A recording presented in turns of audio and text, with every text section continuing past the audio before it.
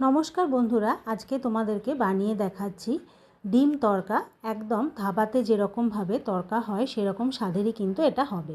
এখানে আমি সবুজ মুগ নিয়েছি 100 গ্রাম মতো, তার সাথে অল্প একটু রাজমা, ছোলার ডাল আর কয়েকটা কাবলি চানা আমি 5-6 ঘন্টা ভিজিয়ে রেখে এবার প্রেসার কুকারে পরিমাণ মতো জল দিয়ে অল্প লবণ দিয়ে আমি ভালো করে সেদ্ধ করে নেব। 2 থেকে 3টে সিটি দিলেই কিন্তু এগুলো ভালো মতো সেদ্ধ হয়ে যাবে। অন্যদিকে 2টো ডিমকে আমি সামান্য লবণ দিয়ে ডিমের ঝুড়ি বানিয়ে নিয়ে নামিয়ে রেখে দিলাম।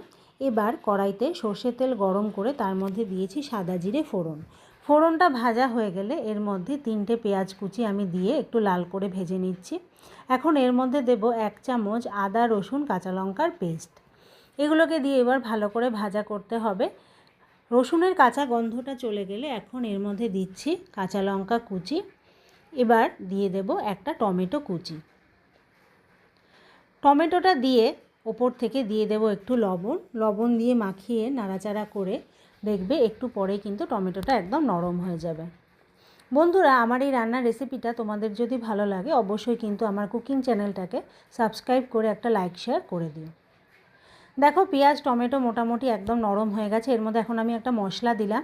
এখানে 1/2 চামচ ধনের গুঁড়ো, 1 চামচ তড়কা মশলা যেটা রেডিমেড পাওয়া যায় সেটা দিয়েছি, আর দিয়েছি হলুদ, আর ওপর থেকে দিচ্ছি একটু কসুরি মেথি দিয়ে এবার ভালো করে মশলাটাকে ভালো করে কষাবো। মশলাটা কষানো হয়ে গেছে। এখন এর মধ্যে সেদ্ধ করে রাখা ডালটা দিয়ে দিচ্ছি। ডালটা কিন্তু খুব ভালোভাবে সেদ্ধ হয়েছে, কিন্তু কোনোটাই গলে যায়নি। এবার ডালটা দিয়ে ভালো করে মশলার সাথে পেঁয়াজের সাথে এটাকে ভালো করে মিশিয়ে ফুটতে দিতে হবে। এখানে লবণটা একটু কম ছিল তাই আমি আরেকটু লবণ দিলাম। এখন এর মধ্যে ভেজে রাখা ডিমের ঝুড়িগুলোকেও দিয়ে ফোটাতে হবে। দেখো, ডালগুলো কি সুন্দর সেদ্ধ হয়েছে। এবার ডিমের ঝুড়িগুলো দিয়ে ফোটাবো। এভাবে ভালো করে ফুটলে ওপর থেকে একটু ধনেপাতা ছড়িয়ে দিলেই কিন্তু তড়কাটা প্রায় পুরোটাই তৈরি হয়ে যাবে।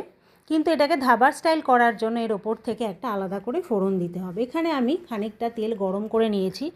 তেলটা গরম করে কিন্তু একটু ঠান্ডা করে এর মধ্যে দিচ্ছি 1 চামচ রসুন কুচি আর কাশ্মীরি লাল লঙ্কার গুঁড়ো। এবার এটাকে দিয়ে ভালো করে চামচের সাহায্যে মিশিয়ে এটাকে এবার তড়কাটার ওপর থেকে ছড়িয়ে দিয়ে ভালো করে মিশিয়ে দিলে তৈরি হয়ে যাবে এই দারুণ টেস্টি তড়কা। এটা কিন্তু রুটি বা রুমালি রুটি, তন্দুরি রুটি এগুলোর সাথে খেতে কিন্তু দারুণ লাগে। খেতে কিন্তু বেশ ভালো হবে। তোমরা অবশ্যই বানিও আর জানিও কেমন লেগেছে।